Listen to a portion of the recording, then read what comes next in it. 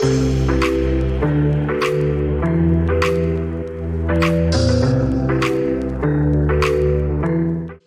welcome to Real Estate Resource. Thanks for stopping by. Don't forget to like, subscribe, and hit that notification bell. I really hope you enjoy this video. So, good morning again. I'm happy that you guys are all here. So, a little different today. We've done this once before and it went pretty well. And what I'm basically doing is giving you guys an opportunity to ask me anything. I'm always the one that is giving you a lesson, right? Where I'm trying to share some information with you about specific forms or issues that are popping up in our daily transactions. So this is your opportunity to kind of direct where we go, and I'm hoping, since I get a lot of questions, that you guys have those same questions here for us so that we can actually make a class out of it. If not, I have some things that I could go to, and I'm hoping I don't have to. I like the idea of being directed by the needs of those of you that are on the class. So at any time that you guys want to ask a question, I would prefer that we do it by, raising your hand and putting it in the chat. Just so it just doesn't get, crazy with people unmuting themselves. But if anybody wants to be the first one to go for it, and let me see what you guys have. See if I can help anybody that has an issue, a concern, a question, needs some clarity on documents. And I think it's important that we're doing this just because in the last 2 days, we've been having discussions where things that are an issue in a transaction are basically errors and omissions from documents, right? Documents being handled improperly or not understanding timelines or leaving things out of writing an offer. So we've had a couple of issues in the last couple of days that it feels like this is a good time for those of you guys that have any confusion or concern or issue, or like I said, just need some clarity on the documents you guys use on a daily basis. This is your opportunity. Anybody want to start? If not, I'll kick off with something that I kind of want to talk about. But if you guys have something, go ahead and jump in. All right. Well, let's do this. I want to do something real quick. I'm going to share my screen. I'm going to share with you guys. And what we're going to look at right now is the request for repair. Just because I think there's still a little confusion sometimes on people's parts about the what is required and isn't required from the seller when we're looking at requests for repairs. Okay. So when we start looking at a request for repair, and you guys, hopefully, I think you're seeing the request for repair form right now on the screen. Remember, like by default, with most of these amendments and addenda, that you're going to be seeing that it's a defaulted to the purchase agreement. If you're doing this in cooperation with any other form, like maybe they're doing, this is part of an amendment to something, I don't know, you could change it. But for the most part, this is going to be based on the purchase agreement, because it's going to be your request for repair based on your buyer's investigation period. Now, if I'm doing a second request for repair, then this could be request for repair number 2, and you might want to attach it to the RRRR, but for the most part, it's the purchase agreement. So you have the purchase agreement, you have the property address, we have the buyer's name, the seller's names, all straightforward. Okay. Buyer requests that seller, prior to final verification of condition, repair or take the other specified action for each item listed below or on the attached list dated whatever. If you don't have enough space here, then what you do is you check this box. You have an amendment. You have an addendum that you use, right? Because there's a blank addendum, a generic addendum. It's dated today. and you put your list of requests for repairs on that other form. That's fine. Or if everything fits, you just write out your list of what you're requesting here. Okay. This is also where the buyer has the right to request for the section 1 and 2 work to be done for termite work, right? So this is why I say, first of all, we've talked about this a ton of times.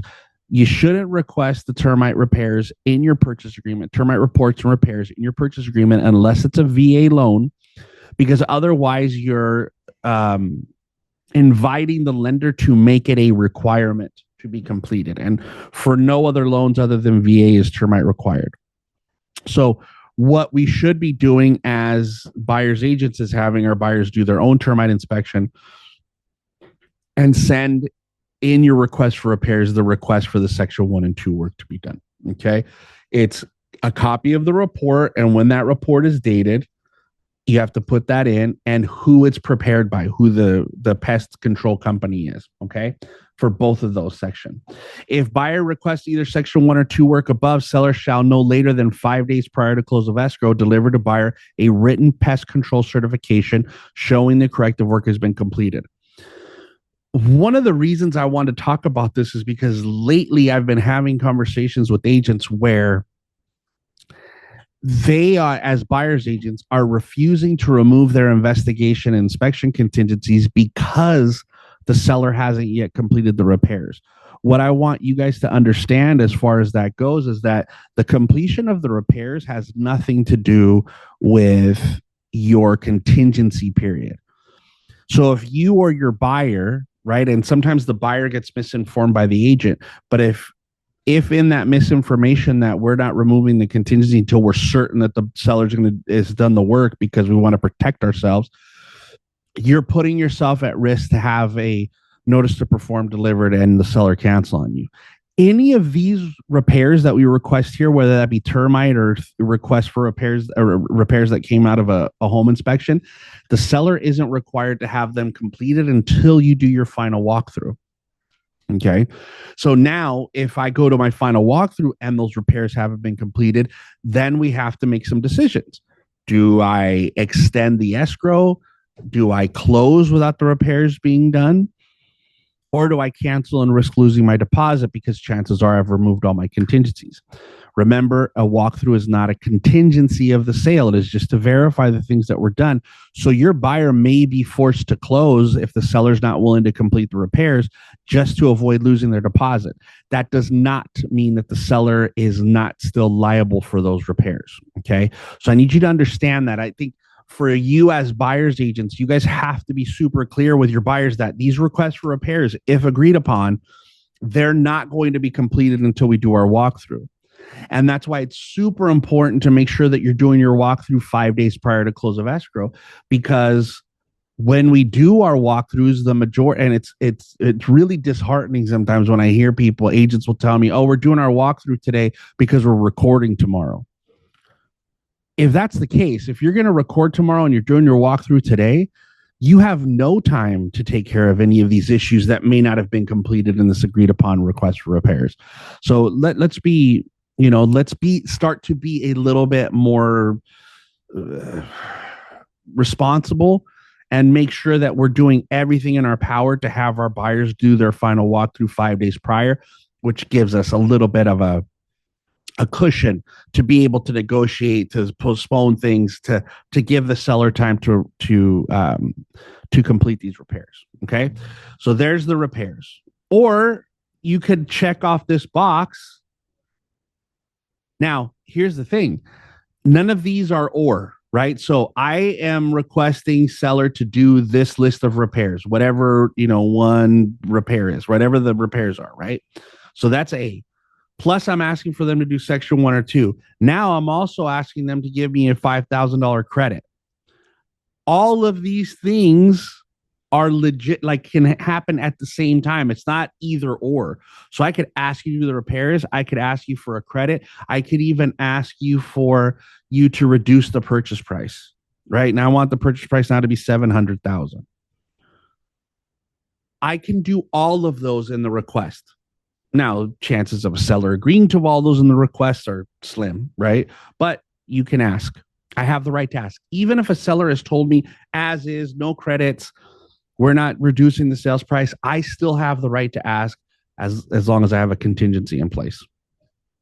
So I ask for all of this.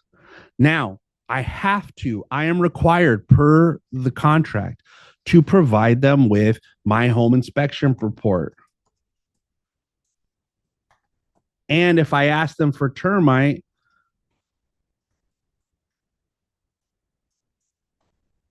or wood destroying pest, whatever you want to type in there, I have to provide those reports to the seller. Any report that I obtain as the buyer, I am required to give a copy to the seller, whether this deal closes or cancels.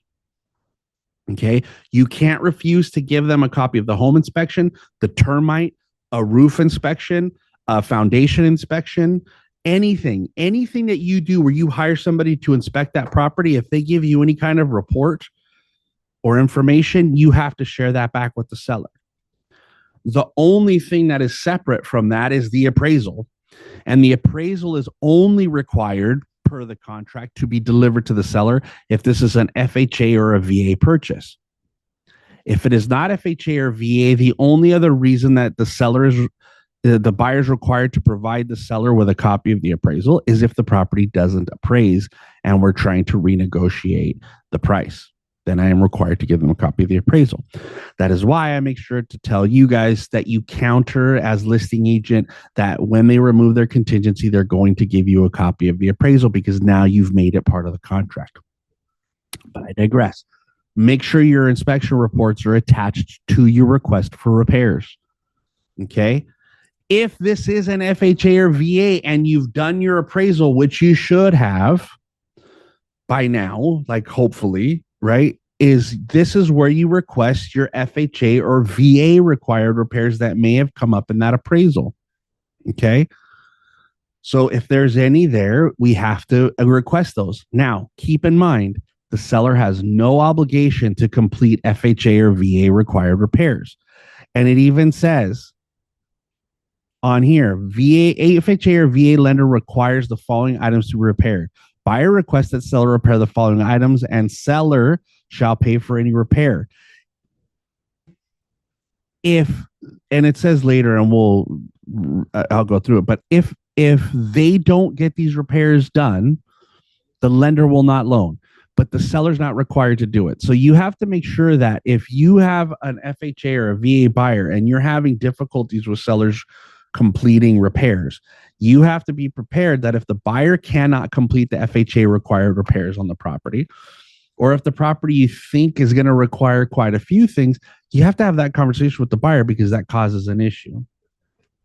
Let me see what we got here. We got a question. Can we write in 1A a list of items that buyer wants to get repaired, and if the seller doesn't want to repair, can we ask for a credit and specify how much buyers want? Yes. I mean, like I said, you could ask for all the repairs and ask for a credit and ask for a price reduction.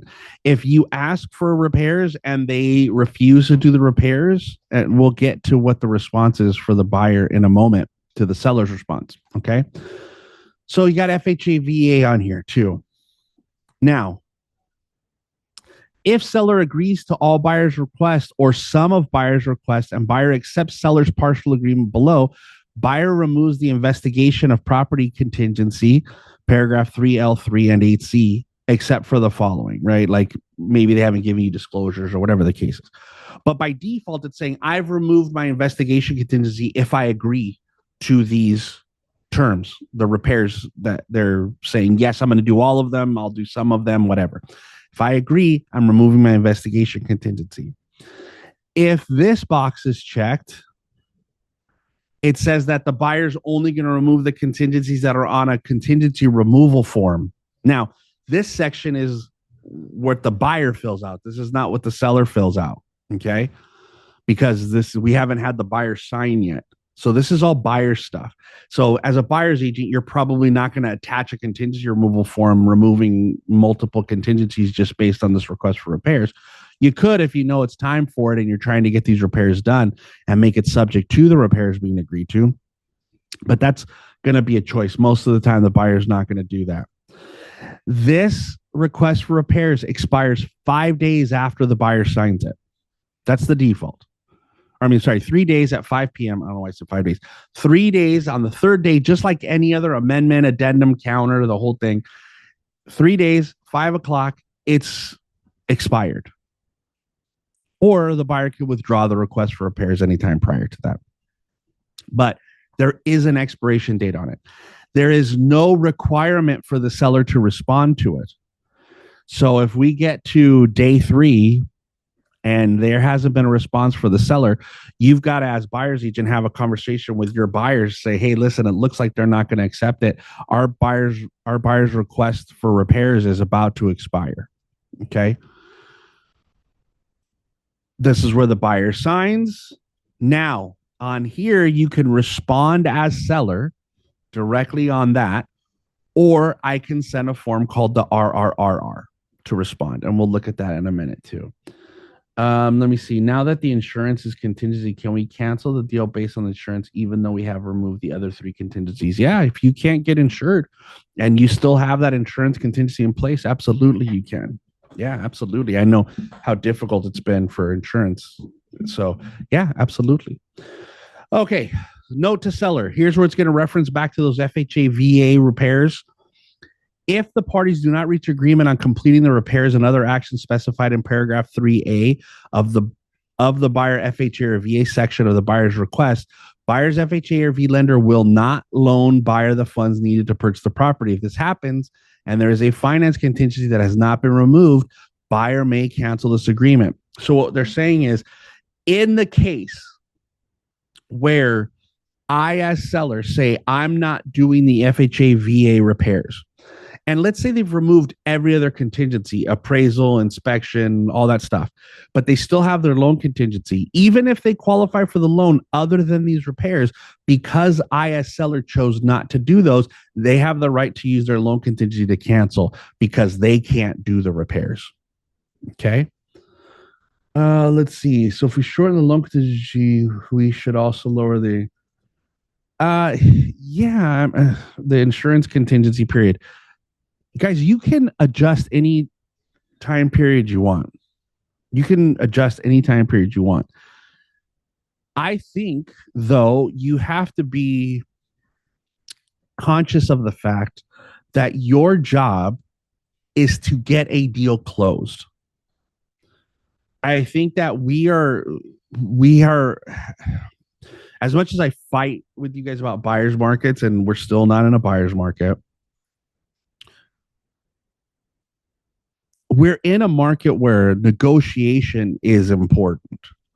We're in a market where we're getting to the point where there's some more balance, where buyers have choices. There are more choices. The inventory is up everywhere. And, I just went through the statistics, and I'm going to talk about it at our sales meeting tomorrow, but I just went through the statistics, and inventory is up everywhere. Not crazy, but it's up. The buyers have more choices. So when we're looking at days on market and multiple offers and things like that, days on market are up. Buyers are taking their time. We've also got to get to the point where we understand that we've got to have a little bit of grace for the buyer if we're not going to be sitting on the market for a long period of time or losing out on escrows. We all know, all of you guys on here that are listing agents are also at some point a buyer's agent or have been. So you all know the difficulty in trying to get the insurance. Sometimes the difficulty has to do with the buyer. Sometimes it's that we don't put enough emphasis on that for them to really get that process started. I don't see why we have to put the screws to the buyers anymore. We're not in a market where if the buyer doesn't want to jump through the hoops that we provide, that we're just going to go to the buyer number 2, 3, 4, 5, and 6. That doesn't exist for most properties. So there are some very well maintained and well priced properties that people are, jumping over to get, but it's not everywhere. So I think, yes, you can shorten contingencies to a certain extent if that's something that's important to you. But I think we have to start thinking of it as that is not the MO for every listing that we have, for every transaction that we have. Okay. Is the seller obligated to do the repairs requested by the appraiser FHA? Nope. Seller is not required to do any repairs. There's nothing that requires the seller to do repairs. Only time that they're required to do repairs is if we're talking about a city pre-sale inspection and the offer was written that says the seller is going to provide the reports and comply with any of the remedies, the repairs that are required in that report, and they don't counter it out, then yes, they're required to do that. But otherwise, there's no repair that the seller is required to do. Okay. So now we're looking at the seller's response here, and the seller says, hey, I have a choice. I'm going to check all and say, yeah, I'll do all your requests. You want it, the 5,000, I'll give it to you. You want the, 4 or 5 things repaired, I'll give it to you. You want the termite done, I'll give it to you. You want me to reduce the price, I'll give it to you. I'm not saying that any seller's going to do that, but I'm saying they could say, yes, I want this. And I'm just going to agree to it and let's sell it. I don't want to do this anymore. Or we could do partial. And then the partial, we could put seller agrees to all of buyer's requests except, and then list what we don't want to do, right? The repairs we're not going to do. We could then say seller agrees to a credit of not 5,000, but maybe 1,500. And then seller agrees to modify the purchase price, maybe not to 700,000, but maybe 725. So I can make any changes I want. Here's what I'm doing. This is my response. Yes, I'll do some of what you want. Here's the repairs that I want to do. This is the credit I'm willing to give you, and this is the sales price I'm willing to reduce it to. Now, I'm not saying anybody's going to do all 3 of those, but you could. There's no or here. The only or is from all to this partial. So I can check anything from 1 through 4 on letter B. Okay. Additional contingent conditions. Now is where my chance is as seller to say, I'm only agreeing to this, but I'm sending you a contingency removal form because it's just about time for all your contingencies that you're removing everything. For me to give you this credit, reduce the price, and do these repairs, you're removing every one of your contingencies, period. I could do that by attaching a contingency removal form to this. Okay. Expiration of seller's partial or conditional agreement. If paragraph 1B or 1C, right? So we've got this. 1B is checked, anything. 1C, the additional conditions. Seller's agreement to the RR may be withdrawn by seller anytime prior to buyer's agreement in writing and shall be deemed revoked unless 5 p.m. on the 3rd day after it is signed by seller or by agreement in writing and shall be deemed or by this certain date, and it is re-signed by buyer below, and a copy of this RR is delivered to seller. So if I respond to the buyer's request for repairs and I give this to them and they don't answer me by the 3rd day at 5 p.m., this response is meaningless now. It doesn't matter. So if tomorrow is day 3 and I don't have a signed response tomorrow before 5 p.m., it's gone. Okay. So keep in mind that there are some time periods assigned to this once it starts in motion, but there is no requirement for the seller to respond to any request for repairs. If you want to, instead of responding here, you could say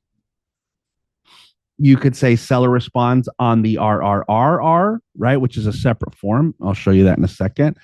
Buyer's requests are not incorporated into the agreement. Seller responds to buyer's requests on the attached amendment of existing agreement term. No seller signature is required on this RR. So now you're saying, I'm going to make up an amendment that's going to change a whole bunch of things to whether or not I'm going to agree to these repairs. So I'm doing it on an amendment. Or I could just say, you know what? Forget it. I'm checking this and not this, or this. I don't agree to any of your repairs. I'm not doing anything. And the seller has the absolute right to not agree to anything. Okay. So I sign it. Now the buyer has to re-sign this to either accept it, buyer accepts seller's partial or conditional agreement, Fine, they check the box and they sign it. Or buyer does not accept the partial agreement. Buyer withdraws the request for repair number 1 and makes a new request in the attached request for repairs number 2. And then the buyer can now, okay, they didn't accept this. Let me modify some things. Maybe we'll just do the repairs. Maybe we'll just do the credit.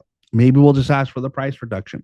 They can change all those because they're not agreeing to it, but they have to sign this one and send this one back and send them a new request for repairs.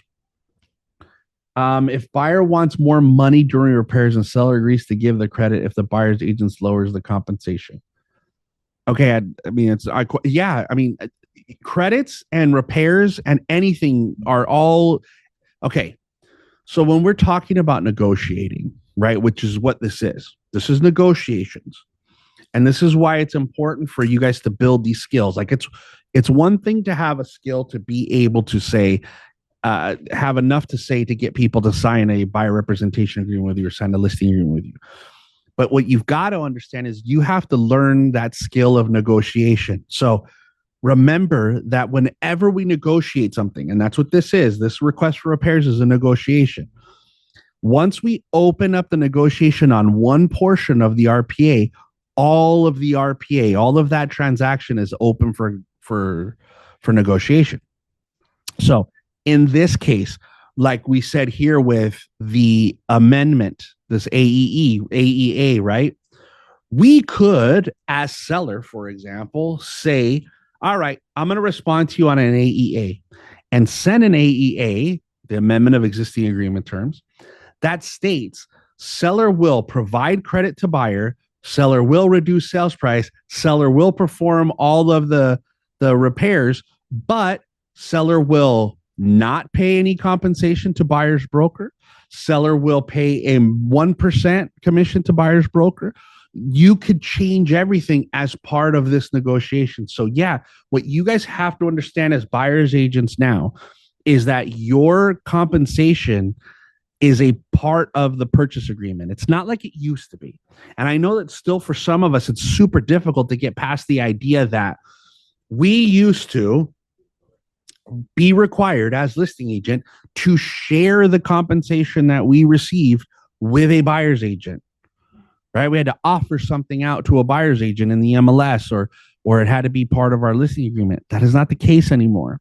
And what still makes me a little bit nervous about that, and this is a little sidestep, but a little makes me nervous about this, I still see agents that are getting listing agreements signed at 5 or 6%. And I hope that those that are getting the 5 and 6 are explaining correctly to the seller that you're only paying me 6 and not trying to still, hey, we're splitting this with the other agent. So, I mean, it's not that I don't want them to get it paid as much as they want. I just hope that they're explaining it correctly. That's my only concern. But back to this is that what we have to understand as the buyer's agents is that when we write the offer, and we write the offer where we're requesting the seller to provide that concession in order for the buyer's agent to be compensated and that your buyer isn't responsible for it, that's not set in stone. It is not set in stone. It's not like no matter what, I'm getting my 2% or 2.5% or 3%. It's not. If any other term of the transaction changes, if the sales price changes, if the amount of the credits increases, if the amount of repairs are exorbitant, that seller has every right to come back and say, we're not paying or we're reducing the amount that we're paying for that buyer's broker compensation. And you guys have got to get that through your head because it's affected by the things that you do. So when you do get a counter from a listing agent, even though it's not necessary, that says as is, no repairs, no credits, all that stuff, because we still get those. But then during the course of the transaction, you start requesting repairs and asking for credits because it's your buyer's right to do that.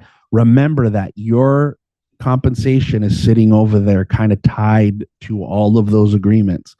So when you guys start doing things that, you're not guiding your buyers properly, or you're asking for things that are starting to get a little crazy, your compensation is probably going to be the next thing that's in jeopardy based on the choices that the seller has to make.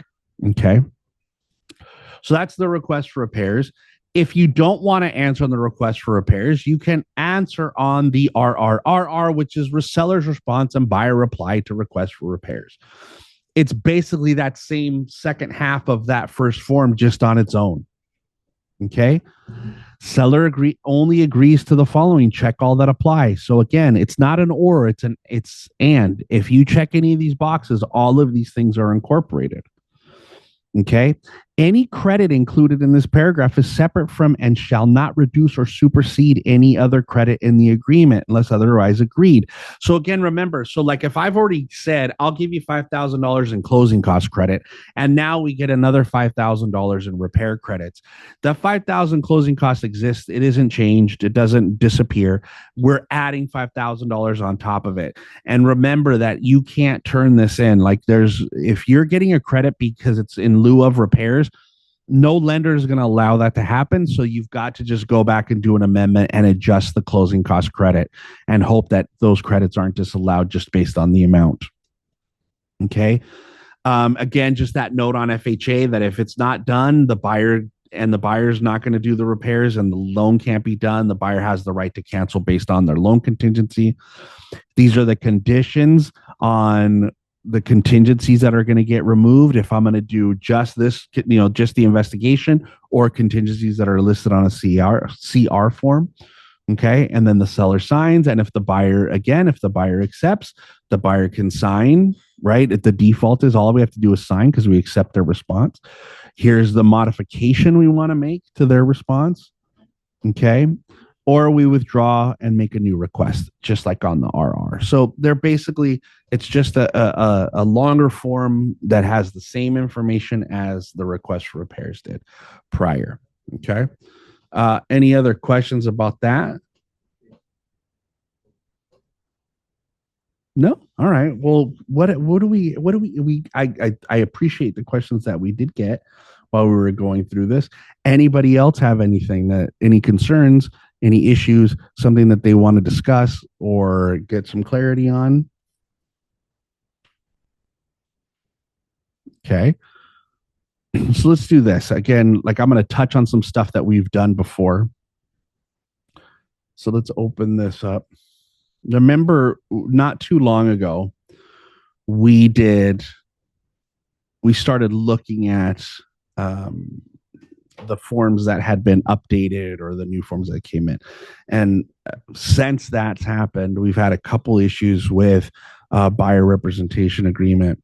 And one of the things that I want to talk about is one of the changes that happened when we had that update.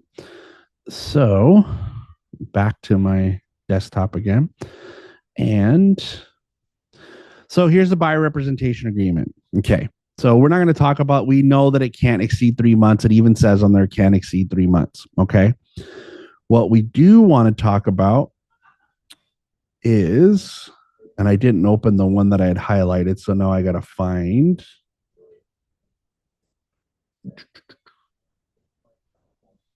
See, I didn't open the right one, and now I need to, let me see.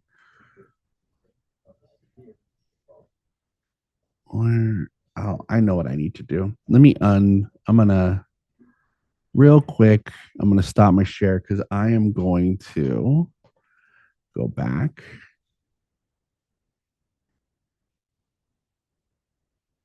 I'm going to go ahead and open up the one that I have highlighted just so I can talk about the point that I wanted to make with that. And that's this one. Sorry, bear with me, guys. Documents. Let's see what we got in the chat over here. Can you clarify how a listing agreement is to be signed in a trust? Thank you. Oh, yeah, I'll do that in just a second. Okay, go ahead, Veronica. Either type your question or... Let's see. Hold on. While I'm doing this, I'm going to look for Veronica. I'm going to ask her to unmute. Go ahead and ask your question while I'm going through my forms here. Thank you, Kyle. I just have a quick question. I recently countered and I lowered the contingency to 12 days for the loan. Do I have to lower the insurance to 12 days as well? Because I left it at default. No, we just discussed this. You don't have to change anything. I mean, should you so that they have their insurance prior to having to remove their loan contingency? Probably, but you don't have to. So they can still remove the loan contingency without the insurance. I just wanted to clarify that. Yeah, I mean, yes, they're look, here's the thing that you guys have to understand about the contingencies.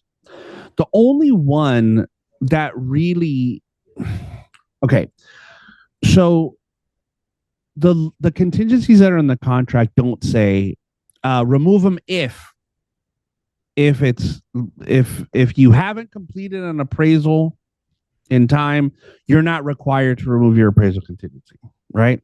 If you haven't gotten uh, complete, loan approval, right? Unconditional loan approval, now you can remove your contingency. If you've haven't sent your request for repairs yet, you don't have to remove your inspection contingency, even if it's time. If you haven't gotten insurance, even though it's time for you to remove, you don't have to because you haven't gotten it yet. No, the contract says you have this many days to figure it out, right? That's how it works. I have this many days to figure it out. So if their loan contingency is shorter than their insurance, getting insurance is that contingency, it doesn't change anything because even if they had the insurance, they still have the same conditional approval that they would have had with the insurance. Right? Like if this is where I get the most, people get the most confused about the loan contingency. Everybody thinks that I have to have full loan approval, right? Unconditional loan approval. And that's not the case. Once we start to become experienced agents, we know that there are certain conditions that are going to be easy to get fulfilled. If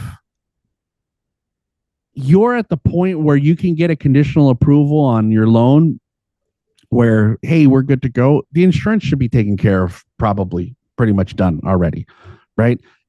We put it on the lenders, like we make it the lender's responsibility. It's not. It's your buyer's responsibility to find the insurance. And what happens is we just kind of like push it off on the lender, like, well, you guys have to get it for the loan, so find them insurance. Your buyer should be being diligent and working on trying to find insurance also. And you guys have to hammer that home to the buyers. So whether they got 17 days or 12 days, it doesn't matter. If the lender knows that has to get done. So hopefully if you're not doing it as the buyer's agent, that the lenders are telling their buyers like, hey, you guys got to jump on this insurance. I got this guy. But if you don't want to pay that, you got to go find your own. I think it's just like, so the idea that those things have to match, they're not the same thing. It's not the same thing. If they can't get insurance and they end up canceling because they get insurance, okay. But we know it's difficult to get insurance. So why am I going to make it like, oh, let me make it harder on you to get insurance and give you less time to figure out how to get insurance? Like that's what I think. When we're talking about shortening contingencies, like, why am I shortening the loan contingency to 12 days? What's the escrow period? 16? I mean, what's the point of shortening the loan contingency to 12 days? Your appraisal might not even be done by day 12. Like we have to let's be logical when we start looking at these contingency periods and think about what it takes to get things done, right? So if I have to do an appraisal, first of all, the lender has to send the disclosure out. They got to wait 3 days after they send it out. The buyer's got to sign it, send it back. Then they can order the appraisal. So if I tell my lender today that the offer got accepted, they can't even order the appraisal for 3 days. That's even if they get that letter to get signed out and the buyer signs immediately. But you know how buyers are, right? So if I send out that letter as a lender and they don't sign it for 2 days, then I got to wait another 3 days before I can order it. Now I'm 5 days in and I'm ordering an appraisal where you guys wrote a contingency period of 7 days on an appraisal. So I got 2 days to schedule and get an appraisal back.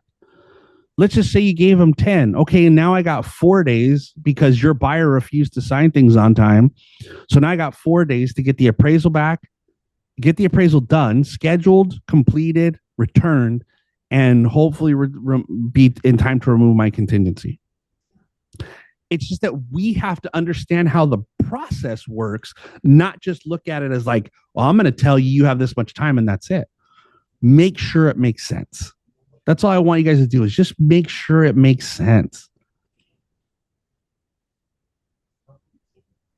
let's see. Escrow's opening packages encourages the buyer to submit insurance info. Yeah, and you guys should be doing that. Forget about what escrow is going to do. If I'm sitting down with somebody and I'm doing my buyer consultation to get them to sign a BRBC, right? That's what I'm going to do. That's what you should be doing. I know that you all choose, not you all, let me take it back. Most of you choose to not handle the BRBC still properly to this day. You don't get them to sign one until they're ready to write an offer. And that's not how it works. So I should be sitting down with every one of my buyers before I show property to them, doing a buyer consultation and lining all of this stuff out. You need to jump on the insurance immediately as soon as we get an offer accepted. And if you don't have an, maybe you should even start looking for an insurance guy now. Hey, I'm going to be buying a house in LA. And as soon as I get the house, I need you to be able to help me get a quote on the insurance on that house. Start before. You guys all have insurance people that are affiliates. You could call your affiliate insurance person and be like, hey, this is my buyer that I'm working with. I want to give you their information so you have as much info as possible so that when they find the right house, all it is about the house. But we're not proactive. As agents, we're reactive. And that's what makes our lives difficult is instead of being proactive on the things that we need to do in every transaction, we just wait for stuff to happen to us. So think about that idea. So yeah, you can change whatever time periods you want. You want to make them shorter, make them shorter. You want to make them longer, make them longer. You want to make them all match. Absolutely do that. Just make sure that it makes sense based on the transaction. Okay, please don't just do it to have control. Do it because it makes sense. Because ultimately, my goal, buyer's agent goal, is we need to work together because we want to get this deal closed. That's it. That's how we all have to just look at what we do. How am I going to make sure this deal closes? Is everything I'm doing to help us get to from A to Z and get this deal closed? That's how we look at it. Let's see. Okay, so real quick, I'm going to look at this, the buyer representation agreement, and then we're going to look at the listing agreement and we're going to type it up the way if it was a trust. So let me go back to sharing my screen. So you guys should be looking at on my screen right now is paragraph 4G. It's a little red highlighted. It says, under a settlement agreement binding on realtors, broker is prohibited from receiving compensation in excess of the amount in this agreement. Buyer is advised not to include in a purchase offer a request that seller pay an amount higher than the amount in paragraph 2E or as amended prior to buyer making offer.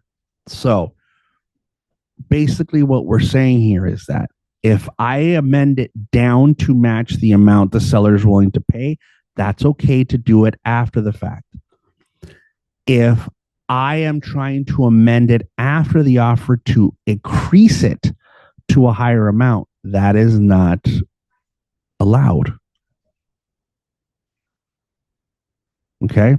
So keep that in mind that if you are, so here's the deal. So I call Monique, and Monique says, hey, by the way, write your offer. We're offering 3%, but my BRBC is at 2.5.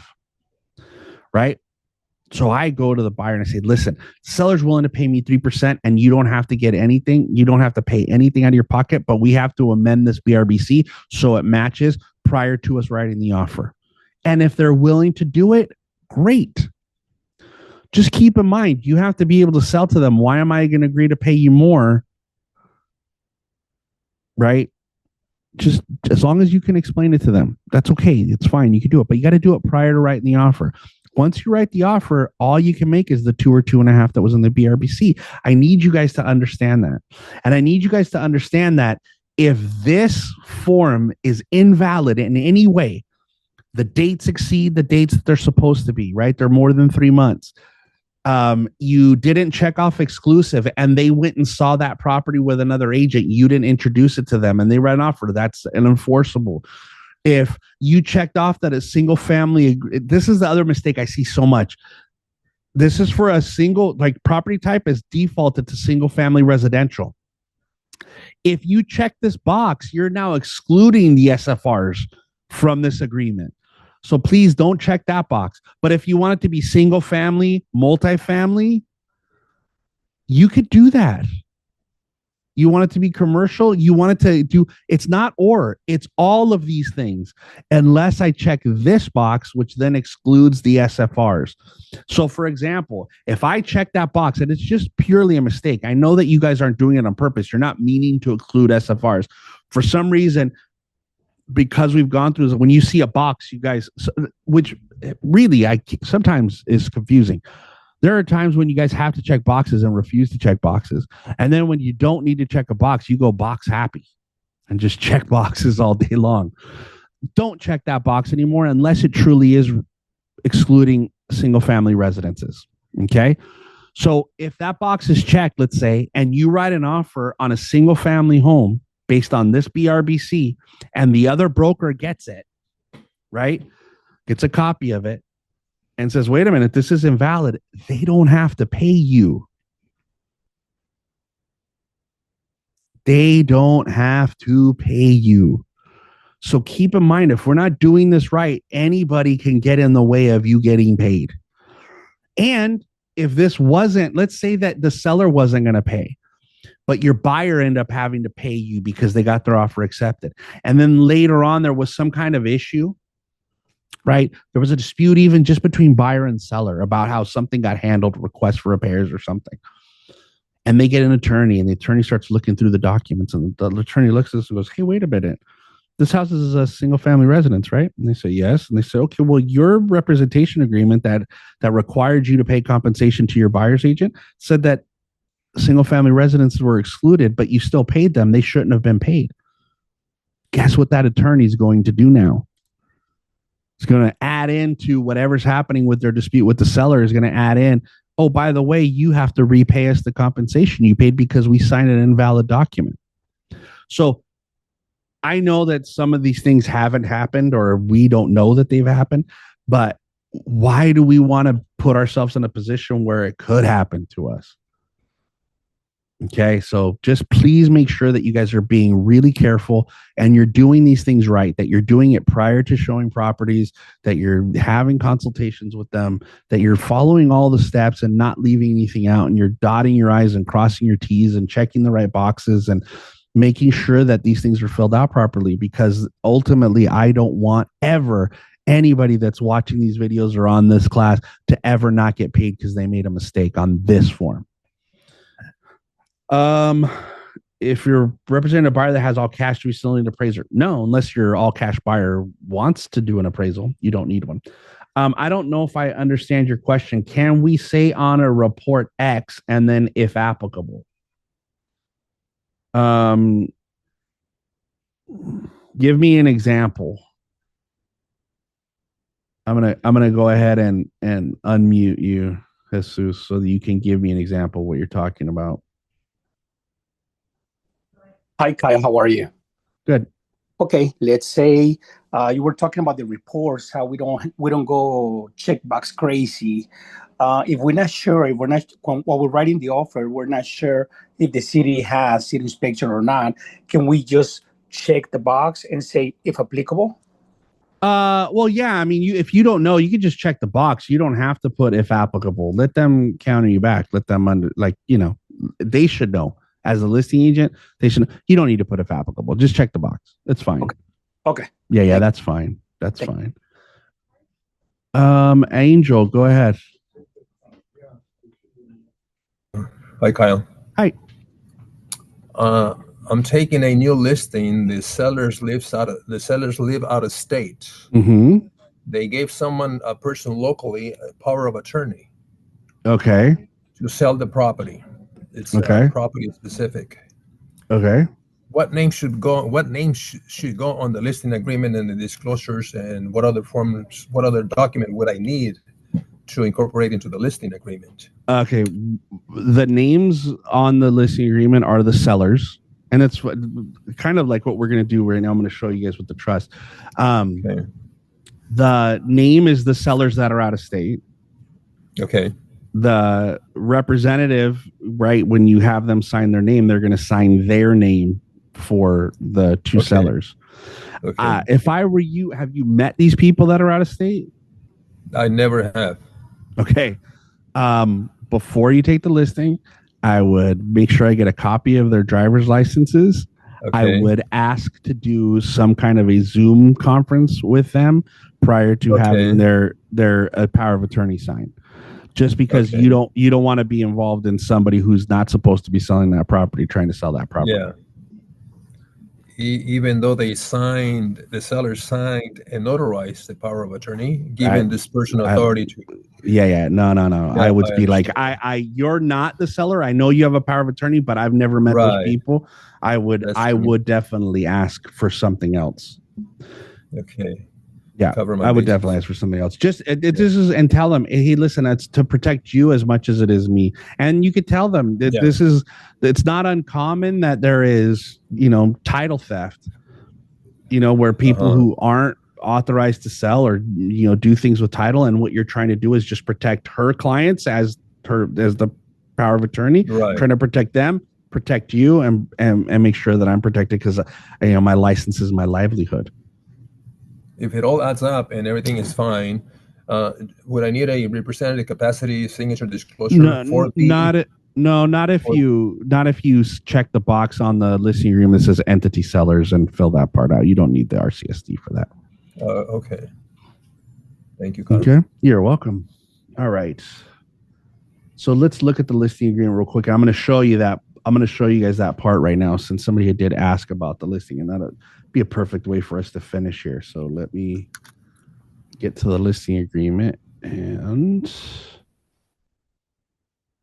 let's see what else is. Let's see. Debbie asked me, if I check the box for a specific property only on the BRBC, do I need to check other boxes, vacant land, commercial? Oh, no, if it's a specific property, no, you don't. No, you don't. But I would suggest you guys, if you're going to start doing things for specific properties, there's another form, the PSRA, which is, a shorter term agreement.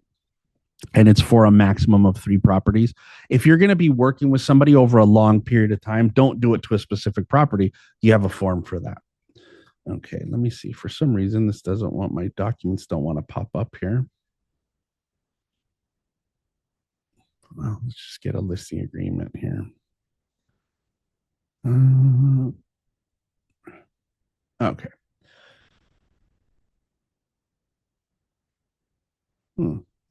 Where are my things?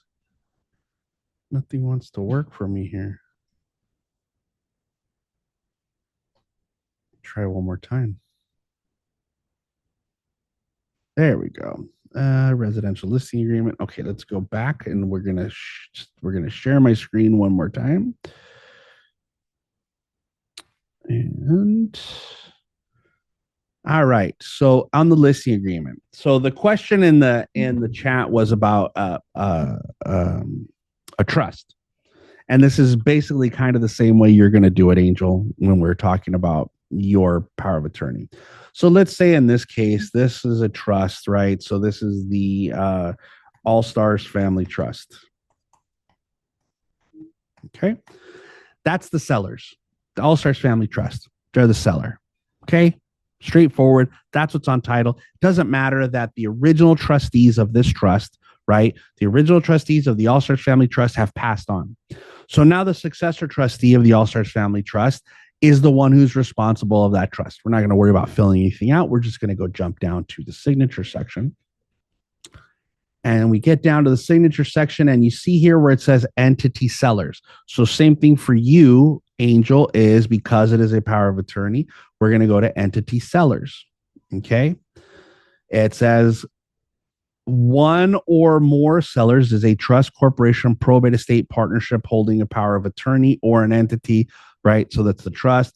The trust is the All Stars Family Trust.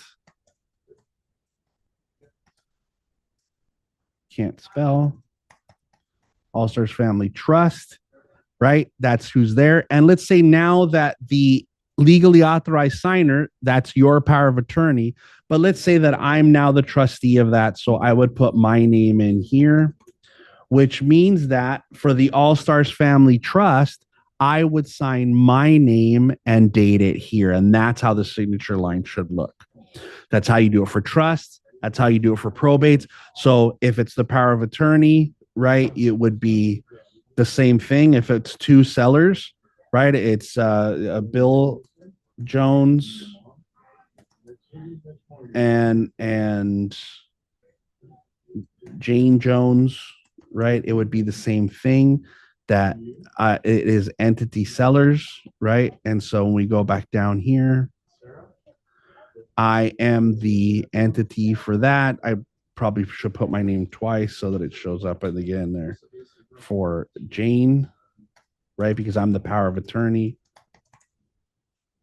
So my name will show up there. I will sign my name twice as power of attorney. If it was a probate, for example, right, and it was only one owner, we would go here to the top, and instead of the name of the seller, you would put in here estate of Bill Jones, and we take out Jane because she's not part of it. And we go back down here to the entity seller section. We take out that name and estate of Bill Jones, and title, I could be administrator. If I was the prior one, a power of attorney, I would put that in there. Okay, that's the proper way to do it. Let me see. Therefore, the successor trustee would sign his name on all other forms, disclosures, etc. Yes, that's correct. The successor trustee is always going to sign their name. The power of attorney is already going to sign their name. The administrator is always going to sign their name. Okay. All right. So we did it. We got an hour out of you guys answering your questions. I like it. Again, if there's anything that you guys think of after the fact, you know how to get a hold of me by email. If you missed any of this stuff that we talked about, it's going to be on YouTube later today. If you missed it, you can go back and see it. If you know somebody that you want to share it with, please share it. If you haven't subscribed already, please subscribe to the channel. I love the idea that I get communication from outside agents, like from agents all over the state that are, they're super appreciative of it. And if we can help to make other agents as informed and professional as you guys are, then I trust that we're in good hands with the future of the real estate industry. So thank you guys for being here. I appreciate you spending an hour with me every week. Take care of yourselves. Be good. Be productive. Talk to you soon.